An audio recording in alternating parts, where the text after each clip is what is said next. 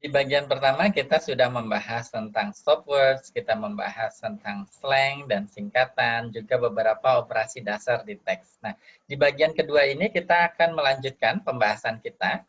Kita awali dengan spell check. Nah, spell check ini adalah kesalahan yang terjadi akibat si user itu kemudian ketika mengetikkan katanya dia salah ketik.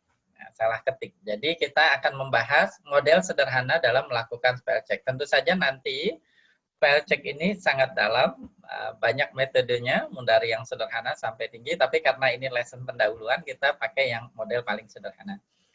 Nah,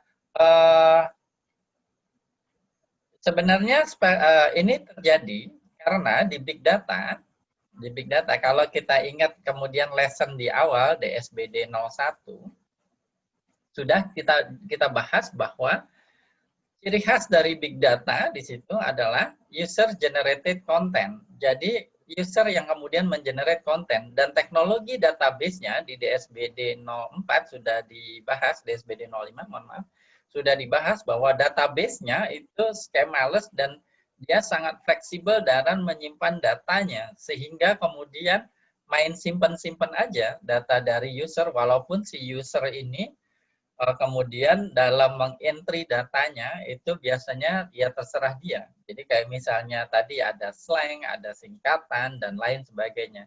Nah, akibatnya di DSBD 01 kita sudah bahas di big data tersebut, maka ini datanya bersifat noisy, ya, big dan noisy. Sehingga pre-processing lah kemudian menjadi kunci utama dalam membersihkan dulu datanya lalu mendapatkan insight yang baik dari data seperti itu. Nah, di antaranya adalah ketika usernya salah ketik. Nah, tujuan spell check ini tentu saja tadi ya untuk membersihkan datanya, tapi spell check ini juga bisa digunakan untuk word suggestion, termasuk juga kalau misalnya kita membuat model AI atau machine learning untuk handwriting recognition atau optical character recognition. Jadi misalnya dari sebuah dokumen kita scan menjadi hasil ketikan. Begitu pula juga tulisan tangan. Biasanya kayak di tablet. Dipakai juga spell check untuk speech recognition. Mengapa demikian? Karena biasanya machine learning dan atau deep learning ketika melakukan speech recognition, dia biasanya banyak kesalahan. Tapi kesalahannya tersebut bisa kita improve dengan kemudian memakai metode-metode yang ada di spell check. Sehingga speech recognition-nya menjadi lebih baik.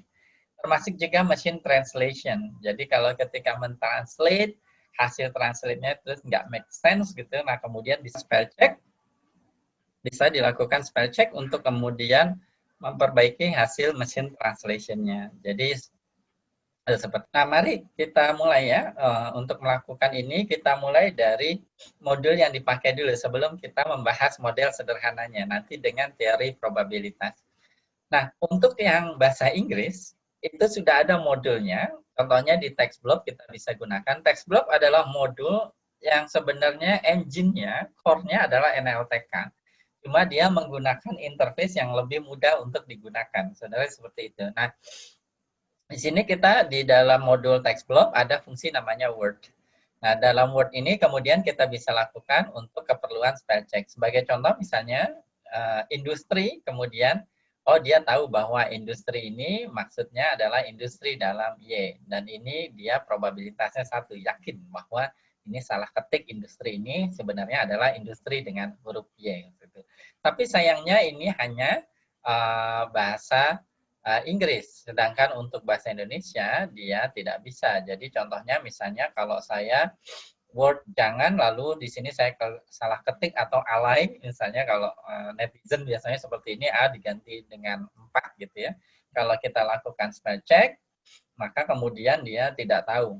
Kemudian dia jangan pakai tanda huruf 4, dia tetap jangan. Karena ya memang language dependent, dia bergantung pada bahasa. Lalu bagaimana kemudian kita melakukan proses spell check untuk bahasa Indonesia? Nah, mari kita kemudian membahas model sederhana untuk melakukan spell check dalam bahasa Indonesia. Nah, sebenarnya metodenya, teorinya sederhana sekali, hanya menggunakan probabilitas bersyarat dasar atau biasanya terkenal dengan Bayes theorem gitu ya. Di Bayes theorem sendiri idenya cuma sederhana. Jika kita ingin mengetahui probabilitas A, jika diketahui B telah terjadi, ini adalah probabilitas A irisan B diketahui PB. Makanya kemudian dasar statistik menjadi penting di NLP dan text mining. Baik, nah nama algoritmanya adalah Norvig. Jadi Norvig Spell Checker ini adalah salah satu algoritma yang sederhana dalam melakukan spell checking. Nah, ini juga adalah berarti kali pertama kita di Tahu Data membahas suatu metode dari teorinya, lalu kita jadikan solusi di data science-nya. Baik, yang akan kita lakukan adalah menghitung probabilitas yang paling maksimum. Jadi, diberikan W, di mana W-nya adalah si kata yang salah ketik oleh user. Lalu kita ingin mencari tahu berapa probabilitas dari si C. Si C-nya itu adalah correction-nya. Jadi kata yang kemudian kira-kira apa kata yang sebenarnya ingin diketik oleh user. Nah, tentu saja nanti misalnya ada kata tapu. Tapu itu dalam bahasa Indonesia bisa jadi maksudnya mau ngetik tapi atau juga tape gitu ya. Tape juga kan bahasa Indonesia, makanan, dan seterusnya. Jadi kemudian ada himpunan kemungkinan dari maksud dari salah ketiknya. Nah, ini kita di sini adalah himpunan ini disebutnya kandidat. Nah, tujuan kita dalam model Norvig ini, sumbernya saya berikan di sini, itu adalah menghitung probabilitas dari setiap kata ini. Sebagai kata yang dimaksudkan ingin diketikkan oleh user seperti itu. Nah, bagaimana cara menghitungnya? Nah, di probabilitas bersyarat dengan menggunakan Bayes theorem, probabilitas C given W itu kemudian bisa kita tuliskan sebagai probabilitas C dikali probabilitas W given C dibagi probabilitas W. Nah, karena kita akan mencari maksimum dari nilai probabilitas ini, gitu ya, lalu kita ingin bandingkan untuk siap C, jadi kita hitung probabilitas ini untuk C sama dengan tapi tadi. Terus untuk hitung probabilitasnya untuk C sama dengan tape. Lalu kita bandingkan, misalnya di sini 0,9, di sini misalnya 0,7. Oh, di sini probabilitasnya lebih besar, berarti nanti kata tadi tapu misalnya kita kemudian rekomendasikan oh mungkin maksudnya tapi. Nah, karena kita ingin membandingkan probabilitas dari setiap kemungkinan C di himpunan kandidat, maka faktor pembagi PW-nya ini menjadi tidak penting. Karena kemudian kalau kita punya misalkan A per 7 sama B per 7, lalu ada C per 7, mana yang lebih besar, pembaginya jadi tidak penting karena pembaginya semua sama. Nah, kemudian berarti faktor ini bisa kita hilangkan karena kita mencari argmax. Terus kita hanya menghitung probabilitas C dikali probabilitas dari word-nya given kandidatnya. Word-nya, W-nya adalah apa yang diketikkan oleh user yang salah ketik tadi. Nah, cara mekanisme pemilihan katanya tadi sudah dibahas ya, argmax. Jadi argumen yang paling memaksimumkan dari ini probabilitas kita. Kemudian kandidat model C di sini. Nah, probabilitas C bagaimana menghitungnya? Nah, ini kita memanfaatkan namanya korpus. Nah, apa itu korpus? Korpus sebenarnya adalah sekedar kumpulan bahasa, kumpulan dokumen ya. Kalau kita bahasa Indonesia, maka kita perlu kumpulan dokumen bahasa Indonesia. Nah, ini bisa kita ambil misalnya dari Wikipedia, misalnya kumpulan jurnal bahasa Indonesia, terus bisa juga dari misalnya kumpulan skripsi, bisa juga dari kumpulan peraturan atau perundangan, undang-undang atau perpu. Nah, kita memerlukan kumpulan dokumen-dokumen yang kemudian sudah diperiksa menggunakan kata-kata yang baik dalam bahasa Indonesia gitu ya. Jadi Wikipedia walaupun Wikipedia ini ya masih tidak sebaik jurnal misalnya atau peraturan pemerintah, tapi ini salah satu sumber yang open yang mudah untuk diakses para data scientist. Biasanya data scientist pakai Wikipedia. Nah, kemudian dari sumber korpus ini, bagaimana kita memanfaatkannya untuk menghitung PC. Nah, PC sebenarnya di statistik ini hanyalah sekedar probability distribution. Probability distribution. Apa sih sebenarnya probability distribution? Distribution ini kan sebenarnya kalau orang matematika itu kayak distribusi dari distribusi ini kalau orang matematika itu sebenarnya adalah pemetaan. Jadi misalnya di korpus kita tentu saja kita punya daftar kata-kata. Misalnya adalah, yang, terus misalnya dengan, termasuk juga tadi ada tapi gitu. Dari kumpulan dokumen-dokumen ini adalah muncul berapa kali? Misalnya 1000 kali, yang misalnya 30.000 kali, dan seterusnya. Nah, kemudian kita bagi dengan ya seluruh kata yang ada. Misalnya dibagi 1 juta. Dibagi 1 juta. Nah, ini adalah probabilitasnya. Jadi nanti kita dapat probabilitas tapi itu berapa gitu. Nah, itu adalah PC di sini. PC. Jadi nanti tergantung korpus yang kita gunakan, maka kemudian PC nilainya beda-beda. Nah, semakin besar korpus kita, semakin kemudian merefleksikan, mengilustrasikan probabilitas yang sesungguhnya dari kata-kata di bahasa Indonesia, seperti itu. Nah, kemudian setelah itu bagaimana dengan menghitung probabilitas W diketahui C? Nah, kalau si Norvig ini nyebutnya error model. Nah, orang statistik ini nyebutnya likelihood. Kalau orang Bayesian ini nyebutnya adalah sampling model. Sampling model. Nah, gampangnya gini. Nah, untuk menghitung ini, probabilitas W diketahui C, gitu ya. Nah, ini sebenarnya adalah model kita di sini. Jadi model machine learning, model data science kita di sini. Ini adalah sebenarnya model. Jadi walaupun penulisannya probabilitas seperti ini, mudahnya dalam memahami hal ini adalah modelnya. Nah, kalau dibuka website ini, bagaimana kemudian Norvig model ini digunakan dalam menghitung PW diketahui C, model yang digunakan oleh website tersebut adalah dia buat sebuah prioritas. Prioritas pertama adalah kalau W sama dengan C, maka kemudian ya sudah, berarti si C ini adalah dia nggak salah ketik ibaratnya. Misalnya kalau probabilitas dari tapi diketahui tapi, nah ini adalah yang utama, berarti ya sudah dia nggak salah ketik.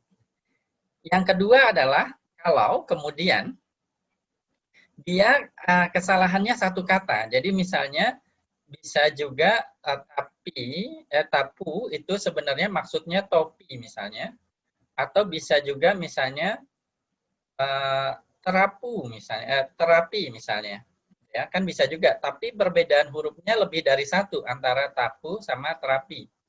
Maka yang prioritas kedua adalah yang beda satu huruf dulu. Beda satu huruf. Lalu yang ketiga adalah beda 2 huruf. Lalu dia misalnya yang Norvig Spell Checker ini misalnya hanya menghandle sampai beda 2 huruf. Yang keempat adalah ya sudah, dia tidak punya rekomendasi. Di sini tidak punya rekomendasi. Tidak punya rekomendasi. Nah, ini seperti itu. Lalu bagaimana kita kemudian menghitung ini? Probabilitas dari kalau beda satu huruf dan beda 2 huruf. Bagaimana kemudian kita menghitung probabilitas C untuk setiap C elemen kandidat. Tadi kan tapu bisa juga tapi, tape, atau terapi misalnya. Nah, caranya itu yang dia lakukan adalah membuat himpunan kandidat. Nah, himpunan kandidatnya dengan cara misalnya kalau kita punya W-nya misalnya sama dengan tapu, lalu setiap kata diganti A sampai Z. Mohon maaf, setiap huruf. Di sini juga A sampai Z, di sini juga diganti A sampai Z, lalu di sini juga A sampai Z. Jadi kita punya misalnya TBPU, TCPU, dan seterusnya. Lalu di sini TAPA, TAPB, dan seterusnya. Itu ada banyak sekali kan kombinasinya. Tapi kemudian kita iris dengan kata di korpus. Kata di korpus. Yang kalau dia tidak ada di korpus, maka kemudian hilang. Nah, ini adalah kombinasi pertama. Kombinasi kedua kemudian dia ini switch. Jadi misalnya T sama A, jadi ATPU. Lalu kemudian TPAU. Kemudian TAUP. Jadi di switch dua kata. Kali-kali ketika ngetik dia salah urutannya dan seterusnya. Jadi dia bikin kombinasi-kombinasi ini. Lalu kombinasi-kombinasi ini kemudian dilihat di korpus. Kalau dia tidak ada di korpus ini maka misalnya dibuang. Nah, biasanya kemudian himpunan kandidatnya sedikit. Walaupun kita nge-generate ininya, caranya, kombinatoriknya, makanya kemudian matematika diskrit, kombinatorik jadi penting ya. Walaupun kombinasi awalnya banyak, tapi kalau kita kemudian iris dengan korpus, biasanya kemudian sisanya sedikit. Nah, kemudian yang sisa sedikit itulah kemudian kita hitung setiap probabilitasnya. Jadi itu bagaimana kemudian kita mendapatkan elemen kandidatnya. Jadi kita hitung PC-nya berdasarkan korpus, elemen kandidatnya kita tentukan lewat kombinatorial seperti ini. PWC-nya tadi adalah likelihood atau error model atau sampling model yang kemudian dihitung dengan cara tadi. Nah, kalau untuk yang Norvig ini, contoh ini adalah tadi lewat 4 prioritas yang sudah dijelaskan di awal. Nah, dengan cara seperti itu, maka kita kemudian bisa membuat spell check bahasa Indonesia. Yang kemudian coding Python-nya ini untuk menghindari kompleksitas dari coding, nanti saya tidak punya cukup waktu untuk kemudian menjelaskan semuanya sekaligus. Jadi saya sudah jelaskan bagaimana modelnya bekerja. Code Python-nya tidak terlalu rumit. Silahkan nanti di-download. Tahu data NLP TM, gitu ya. Itu sekedar fungsi yang dibuat. Yang saya sebenarnya ngambil dari sini ya, dengan sedikit penyesuaian. Karena yang di sini pada saat saya mereferensi itu menggunakan Python 2, lalu saya rubah sedikit supaya bisa dibaca dengan Python 3. Lalu korpusnya saya adalah punya korpus sendiri. Nah, ini korpus sederhana tentu saja bukan yang sesungguhnya. Yang korpus sesungguhnya itu tentu saja harus lebih besar dan juga sumbernya lebih baik lagi seperti itu. Ini hanya sebagai ilustrasi saja. Jadi file tadi Norvig spell checker kita load sebagai tahu misalnya, lalu tahu.correction nama fungsinya correction. Lalu di sini misalnya benul gitu ya. Benul kalau kita jalankan dia jadi betul, dia jadi bisa bahasa Indonesia. Yang tadi kita coba lagi yang pakai 4N gitu ya. Kalau kita jalankan ini hasilnya jangan. Nah, kalau tadi kan teks belum tidak sanggup ya. Tapi sekarang dengan model yang sederhana kita bisa kemudian menggunakan spell checker ini untuk bahasa Indonesia. Nah, kalau ingin kemudian mendapatkan informasi tadi ya, membentuk himpunan kandidatnya. Jadi di Norvig itu dia punya dua cara dalam mengenerate kandidat tadi ya. Yang pertama kalau dia kesalahannya satu huruf. Jadi dia ganti A sampai Z, dia ganti kombinasinya. Kalau mau lihat total kombinasinya seperti ini. Jadi ini adalah kombinasi pertama dari kata benul gitu ya.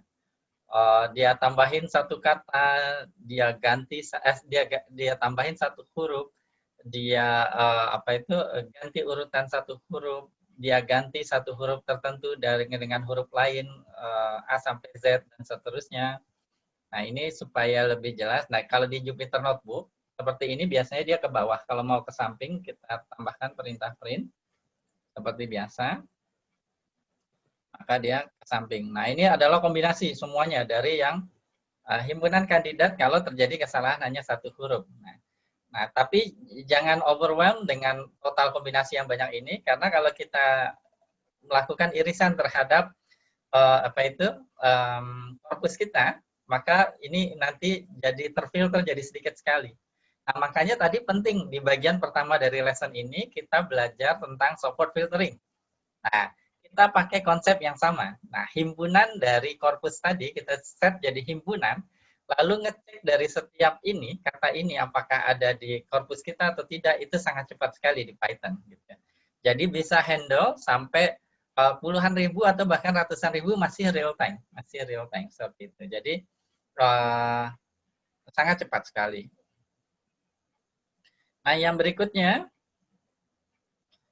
Nah, kita juga bisa cek misalnya kata yang paling banyak muncul di korpus kita. Nah, kalau di korpus yang dicontohkan ini ada tidak, tak itu paling banyak, hati, dengan, salah, dan seterusnya. Ini mengeluarkan hanya 10 saja supaya nggak overwhelm kayak tadi outputnya ya. Nah, jadi seperti itu. Uh, itu adalah model spell checking yang sederhana ya, dengan menggunakan probabilitas yang ada di statistika elementer sebenarnya, statistika dasar yang biasanya kalau di mahasiswa di perguruan tinggi itu dipelajari semester 1 atau bahkan semester 2 saja, tapi aplikasinya ternyata bisa kita aplikasikan untuk sesuatu yang menurut saya cukup menarik gitu ya di dunia NLP dan text mining. Tapi tentu saja kalau kita mau pakai yang advance, maka nanti ada bahkan sampai deep learning juga ada modelnya untuk kemudian melakukan spell checking. Tapi karena ini yang modul awal, kita bahas model yang lebih kompleks di lain waktu. Nah, berikutnya kita akan membahas tentang machine language detection and translation. Nah, ini juga merupakan dasar yang penting dalam NLP dan text mining. Nah, kalau kita lihat sejarah metodenya, zaman dulu translasi bahasa itu pakai rule-based AI. Rule-based AI, bahasa anak muda zaman sekarang, if, else, if, kumpulan is, else, itu AI ya, tapi AI tahun 50-an gitu. Nah, tapi kemudian tahun 80-an, 90-an, yang tadi model rule base ya, terkenalnya adalah RBMT, sebenarnya sekedar pemetaan kata per kata atau frase kata. Good morning, selamat pagi, goodbye, morning, pagi, dan seterusnya. Lalu ada lagi itu juga IBMT dipakai juga di situ dengan sedikit update ya dari model sebelumnya. Nah, mulai pakai statistical model itu tahun 90-an, itu model SMT, dan nanti di tahun 2000 semenjak 2015 sampai 2020 video ini dibuat, itu biasanya model yang dipakai state of the art-nya gitu, yang terbaiknya adalah model deep learning. Nanti ada yang namanya di deep learning itu namanya adalah sec-sec. Jadi kita sudah pernah membahas ini di DSBD 03. Kita sudah pernah bahas di DSBD 03 bahwa di deep learning itu ada model namanya sec-to-sec. Jadi sequence to sequence, kita punya sequence of words yang kemudian kita ingin translate menjadi bahasa lain. Misalnya mau dari bahasa Inggris ke bahasa Indonesia dan atau sebaliknya. Nah, nanti ada encoder, decoder di deep learning-nya yang kita akan bahas di lain waktu di modul yang lebih advance. Oke. Pada kesempatan kali ini kita akan ilustrasikan ini pre-processing ini dengan menggunakan modul dulu, Nah, tapi sebelum kita lakukan ini, mari kita bahas dulu mengapa ini penting. Nah, bayangkan sekali lagi di big data, karena di big data adalah user generated content dan kemudian penggunanya bisa kemudian menginput data sesuai dengan preferensi dari penggunanya, maka biasanya kayak di media sosial, status media sosial adalah campuran beberapa bahasa. Jangankan di media sosial, di tahu data juga biasanya kita mencampur berbagai bahasa. Nah, tetapi kan ketika kita mengolah dalam NLP dan text mining, kita kemudian perlu menyeragamkan.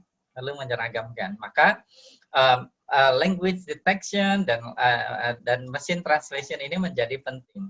Nah, untuk yang bahasa Inggris, gitu ya, sebenarnya bahasa Inggris lebih banyak ya modul yang bisa digunakan baik online maupun offline. Yang saya contohkan ini sebenarnya menggunakan Google Translate lewat modul text block. Jadi ini bisa dilakukan hanya untuk data yang kecil, tapi untuk data yang lebih besar kita perlu API-nya Google. Jadi akhirnya berbayar.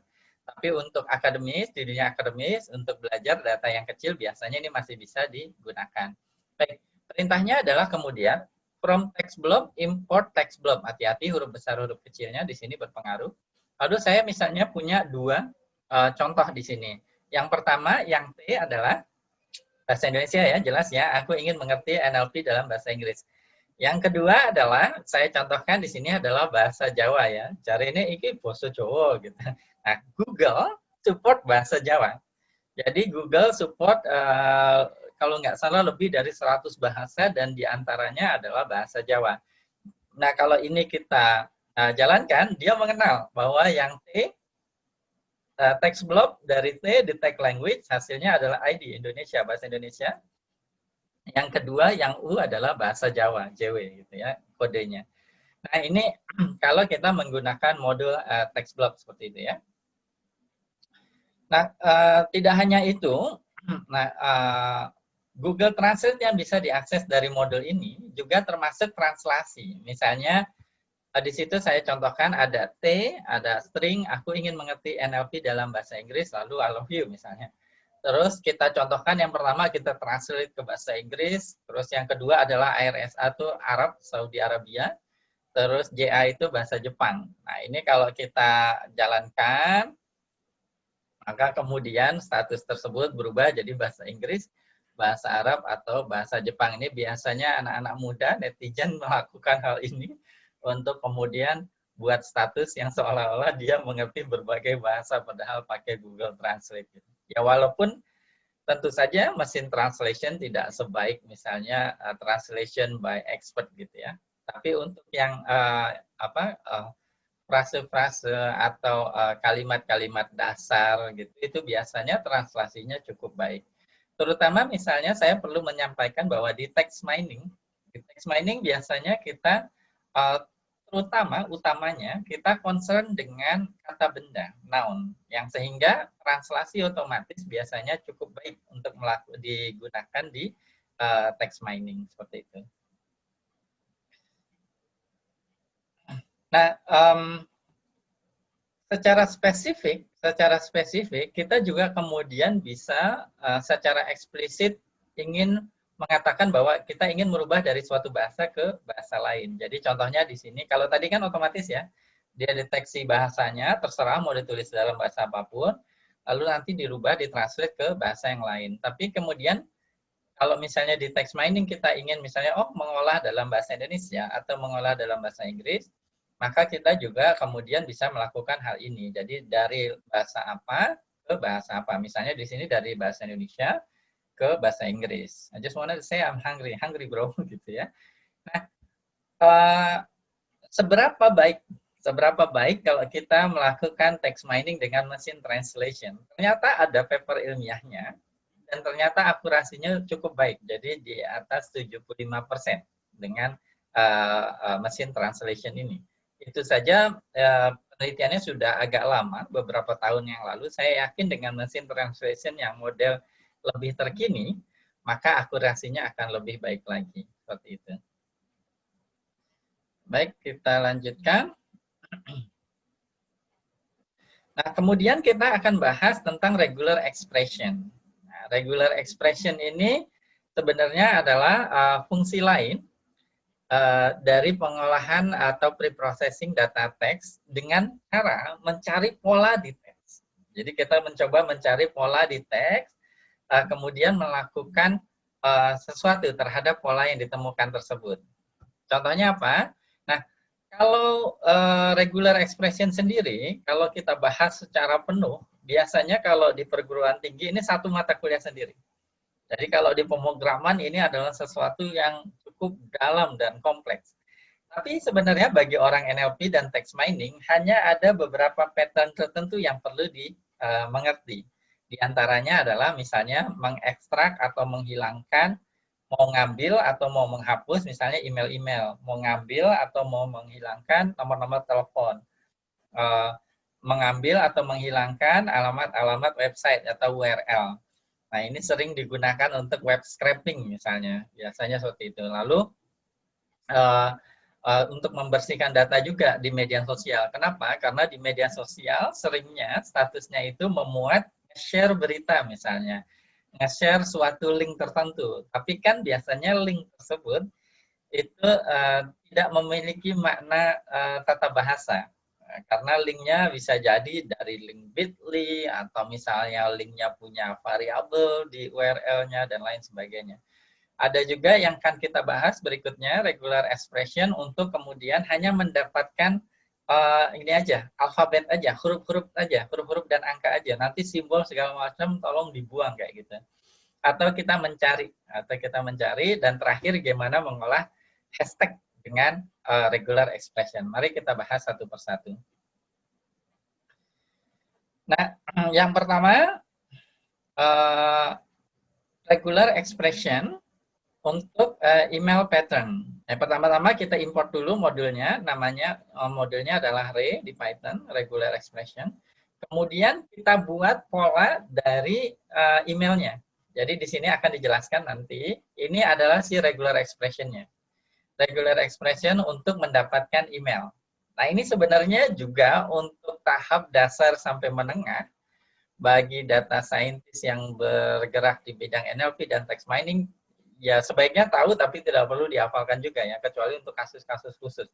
Nah, contohnya di sini ada data teks seperti ini. Kontak kami di admin@nlpindonesia.org, terus ada nlp.indonesia@ misalnya sci.yahoo.id dan seterusnya.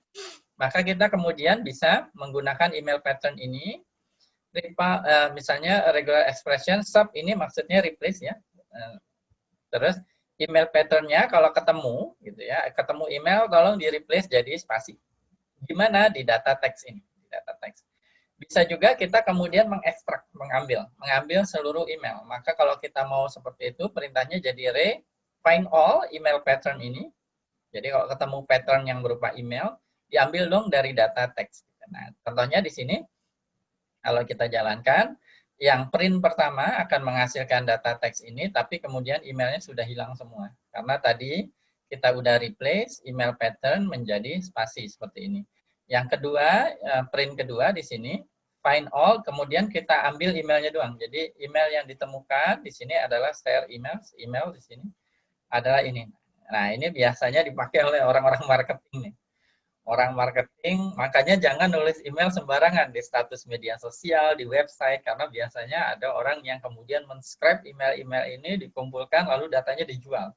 Dijual untuk marketer online gitu ya, kemudian untuk meng-email spam. Jadi menawarkan barang-barang seperti itu. Nah, makanya hati-hati dalam menulis email di internet ataupun media sosial khususnya.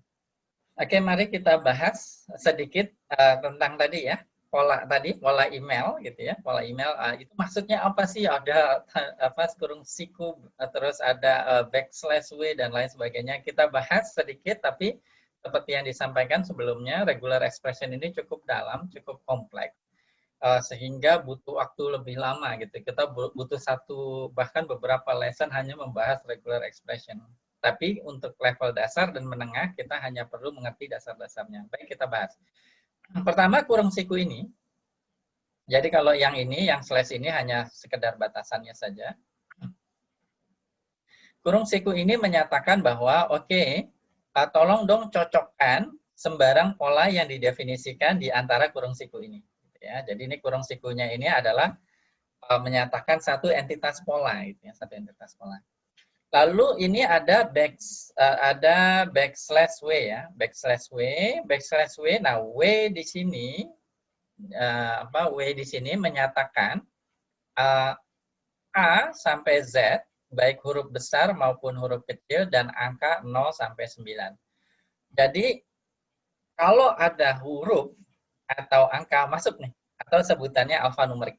Nah, kemudian di sini ada titik underscore. Artinya apa? Artinya kemudian boleh juga di pola stringnya ada titik atau underscore. Kalau ada berarti dia masuk polanya. Kenapa? Karena email boleh huruf, angka, titik, dan underscore. Sehingga makanya ini kan depannya email sebenarnya, pola depannya email. Jadi boleh dimasukkan. Kemudian di sini ada plus, berarti di sini adalah kemudian pola berikutnya gitu ya. Pola berikutnya kita ingin kemudian ada add. Nah, simbol add ini kan penanda email ya, alamat email biasanya ada add. Nah, di sini tambah polanya ada add.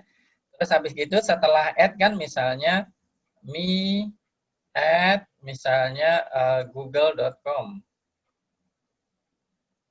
Tapi ada juga nanti google.co.id misalnya gitu ya. Nah, ini kan setelah add kan juga sama ya, adalah kata atau huruf. Kata atau huruf. Tapi setelah kata atau huruf itu biasanya ada titik. Nah, ini ada titik.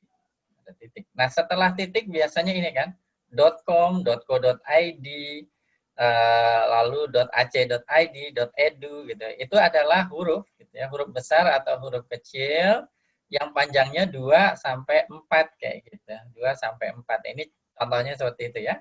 Nah, ini kan karena bisa .co, bisa .com, lalu bisa apa sekarang lebih banyak gitu ya ininya ekstensinya seperti itu. Nah, ini jadi regular expression seperti ini. Nah, ini adalah contoh sederhana untuk email. Nah, nanti untuk yang lainnya nanti regular expression-nya berbeda lagi seperti itu.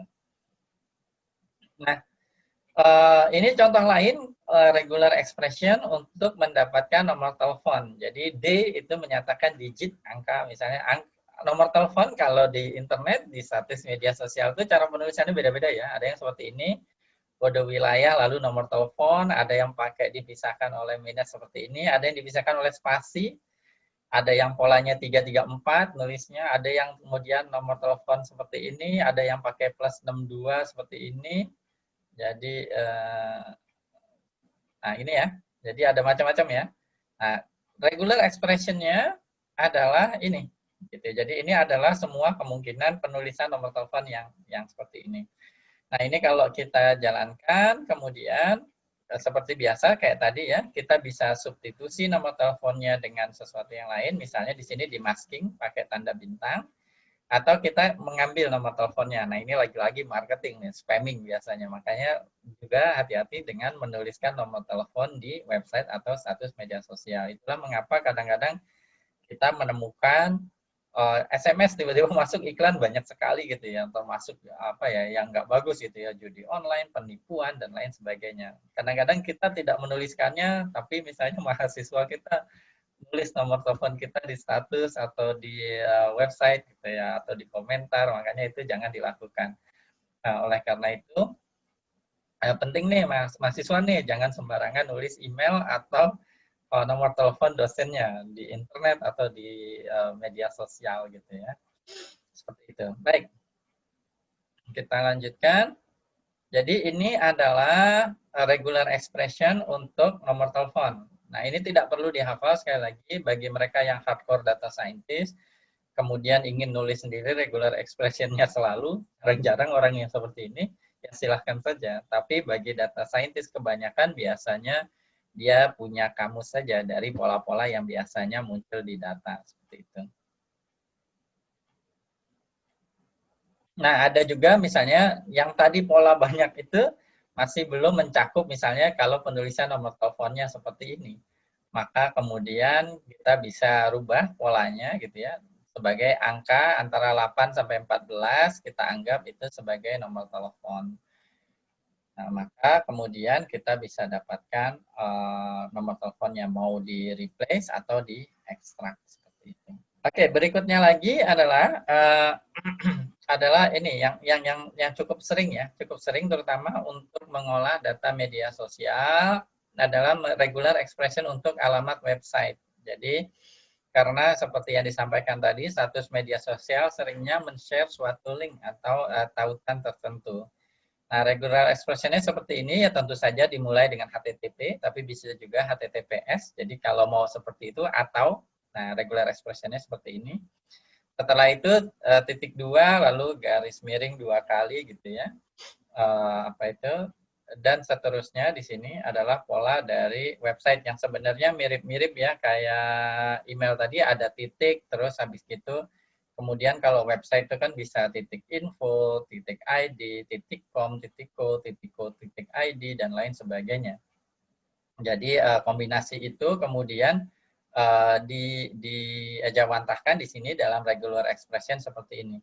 Nah, perhatikan bahwa kita tidak bisa menggunakan perintah Python kayak find dan replace untuk keperluan seperti ini, karena kombinasi pattern-nya terlalu banyak. Nah, ini. Nah, kalau ini kita jalankan, maka kemudian untuk data ini, txt ini, kemudian kalau kita substitusi sebagai spasi, maka kemudian di sini hilang ya. Jadi alamat website-nya kalau kita mau ekstrak, misalnya tujuan untuk scraping. Nah, scraping biasanya gitu, kita mulai dengan sebuah halaman website, terus kita find all, semua link di website tersebut, lalu kita scraping lagi kemudian setiap link yang ditemukan dari website tersebut. Jadi kemudian dia kayak mengunjungi setiap website dengan cara link-link yang diberikan di website tersebut. Sehingga semua halaman di website tersebut jadi bisa kemudian dikunjungi dan diambil datanya. Tapi kita sudah bahas di Tahu Data, hati-hati dalam melakukan scraping, pastikan melakukan ethical scraping sesuai dengan aturan yang diberikan oleh pemilik website. Regular expression berikutnya yang biasanya sering dipakai di NLP dan text mining adalah kemudian menghilangkan semua simbol-simbol. Jadi contohnya seperti ini. Regular expression-nya cukup sederhana ya, cukup sederhana. Jadi backslash w itu tadi sudah dibahas adalah kata-kata gitu ya. Jadi selain negasi di regular expression itu pakai tanda cap seperti itu, semua yang bukan kata-kata huruf atau angka maksudnya, mohon maaf, itu diganti dengan spasi. Maka seperti ini, hai Mukidi apa kabar, sapa pagi, maka dia kemudian menjadi seperti ini, simbol-simbolnya hilang. Dan ini tapi underscore masih ya, underscore masih. Nah, kalau saya pribadi, pengalaman melakukan NLP dan text mining, biasanya underscore saya tidak hilangkan simbol underscore, karena underscore ini punya makna khusus di secara semantik atau makna. Nanti underscore juga biasanya dipakai untuk frase kata, seperti itu. Kalau yang lainnya sih masih oke ya, gitu ya. Seperti itu. Nah, ini regular expression-nya sederhana, jadi cap backslash w untuk kemudian kita ingin menghilangkan simbol-simbol di teks kita. Alternatively sebenarnya kita pakai Python juga bisa ya. Jadi kita pakai fungsi it's alnum. Perhatikan bahwa teks di Python adalah tuple, maka kita kemudian bisa looping. Setiap karakter di tuple kita cek apakah dia alfanumerik atau bukan, apakah dia huruf dan angka atau bukan. Kalau iya, maka digunakan. Kalau enggak, maka kemudian kita enggak masukkan. Nah, tapi kalau kita lakukan seperti ini, bedanya sama yang tadi adalah sepertinya ini lebih bersih gitu ya daripada regular expression. Tapi saya tidak prefer sih hasil seperti ini. Kenapa? Karena kemudian seperti terlihat underscore di situ hilang. Bisa sih kemudian if-nya kita rubah untuk kemudian mengexclude underscore, tapi ya masing-masing punya preferensi masing-masing ya. Kita bisa juga di sini tambahkan or, misalnya T sama dengan underscore, maka underscore juga tidak hilang. Nah, ini bisa juga dilakukan. Bisa pakai regular expression, atau bisa fungsi dasar dari Python. Nah, berikutnya di regular expression kita akan membahas tentang bagaimana menangani hashtag. Nah, kalau kita mengolah data media sosial, biasanya hashtag itu banyak sekali. Terutama Instagram, biasanya banyakkan hashtagnya daripada captionnya gitu ya. Nah, ini biasanya para netizen alay, enggak, netizen secara umum ya, netizen suka pakai hashtag karena hashtag memang di-encourage oleh media sosialnya untuk kemudian penekanan apa dari status tersebut, tentang topik apa. Nah, ini tidak selalu buruk. Jadi contohnya seperti pengolahan data media sosial untuk keperluan penanganan bencana, hashtag ini sangat bermanfaat. Jadi kalau misalnya kita ingin memberitakan informasi yang penting gitu ya terkait bencana, misalnya dibutuhkan obat-obatan atau makanan, maka pakai hashtag gitu ya, misalnya bencana alam atau apa. Nah, ini di video ini saya mengencourage pemerintah untuk kemudian mensosialisasikan bersosial media yang baik, sehingga pemerintah bisa mendapatkan informasi yang berharga dari media sosial. Misalnya, tetapkan nih standar baku dari misalnya informasi terkait bencana alam, hashtagnya apa? Misalkan hashtag bencana alam, terus hashtag obat-obatan, lalu kalau lokasi gimana cara memberitahunya gitu ya. Karena pemerintah sebenarnya dengan mudah bisa mengambil data dari media sosial untuk mendapatkan informasi yang cepat.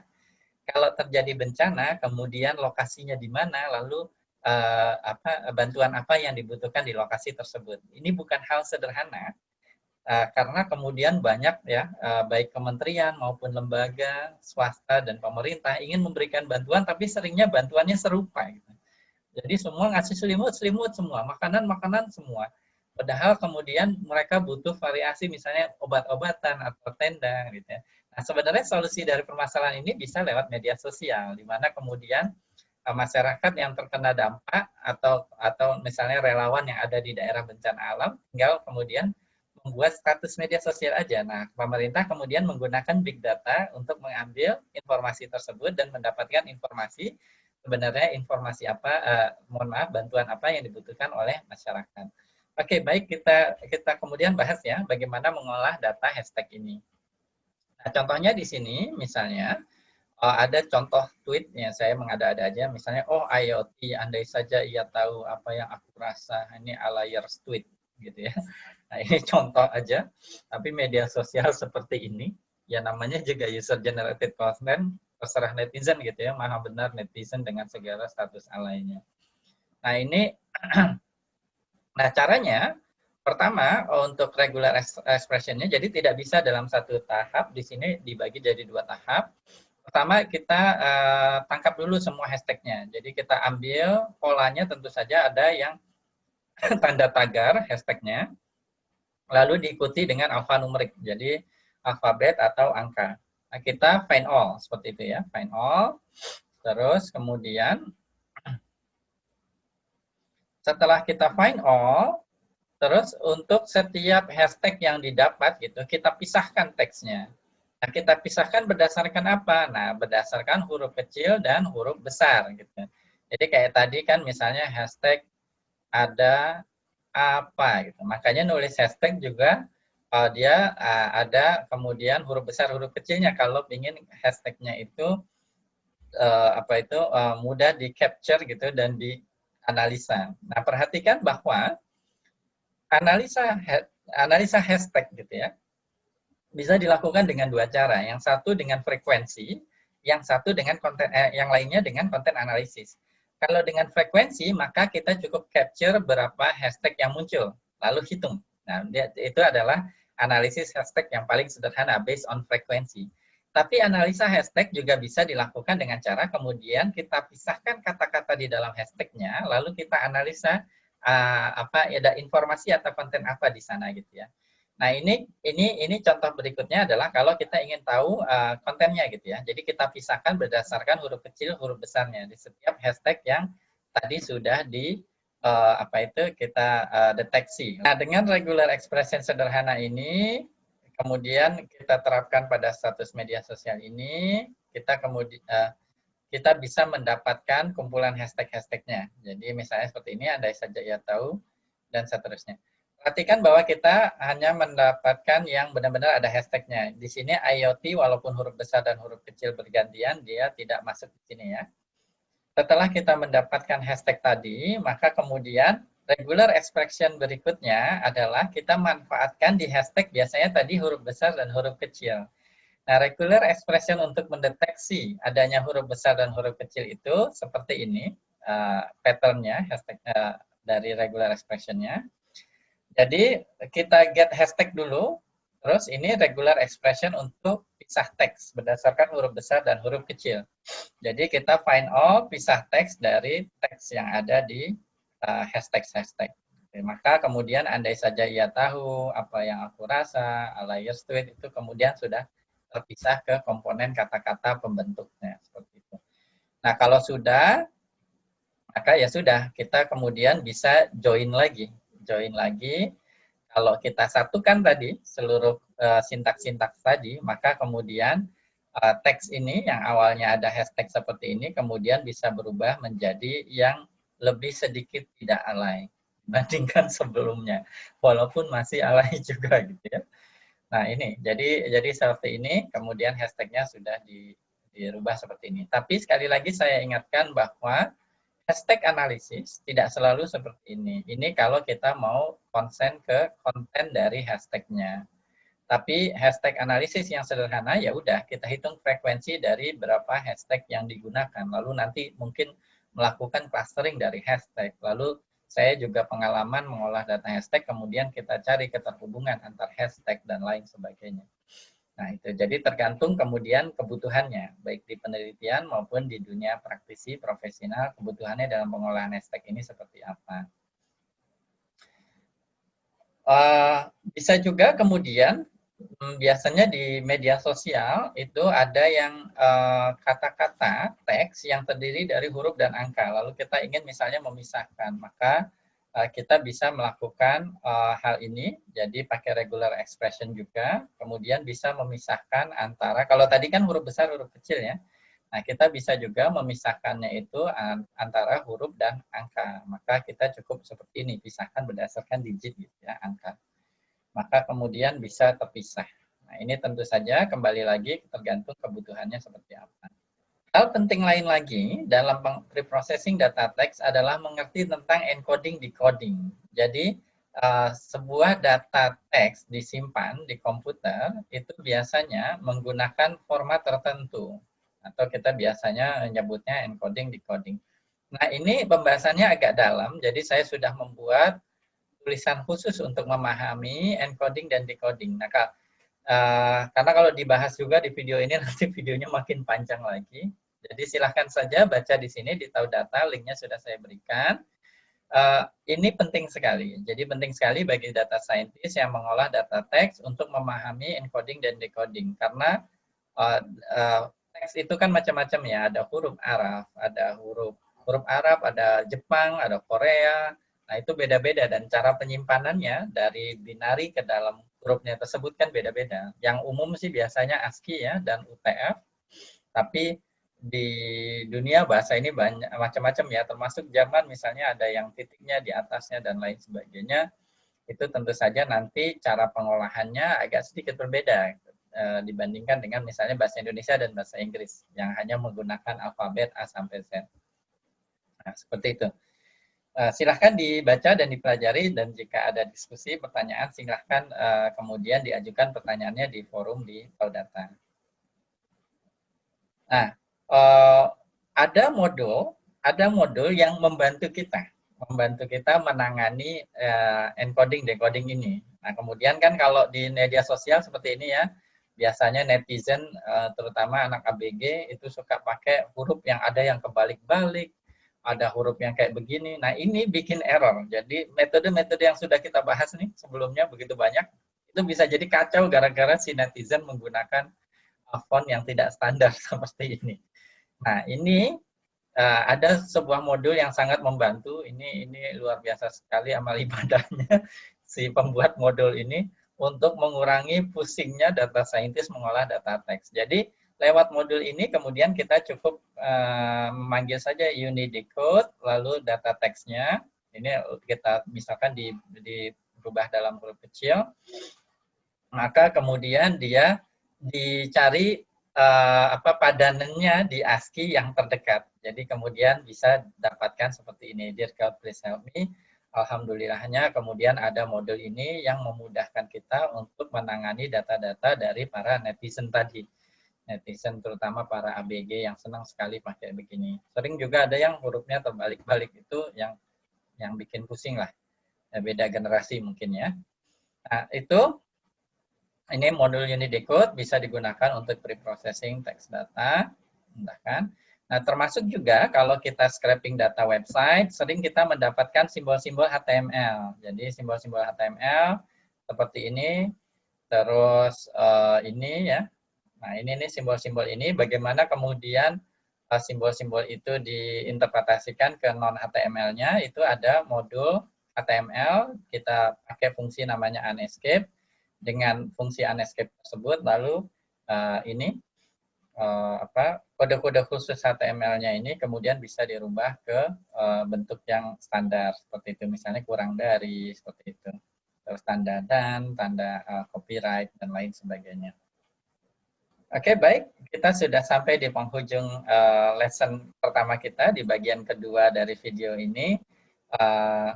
Silahkan akses latihannya maupun latihan yang ada di code-nya. Jadi kalau diklik link di code di NLPTM 01, di situ ada sedikit latihan sederhana yang bisa dilakukan secara mandiri. Silahkan bahas di forum jika ada yang ingin ditanyakan.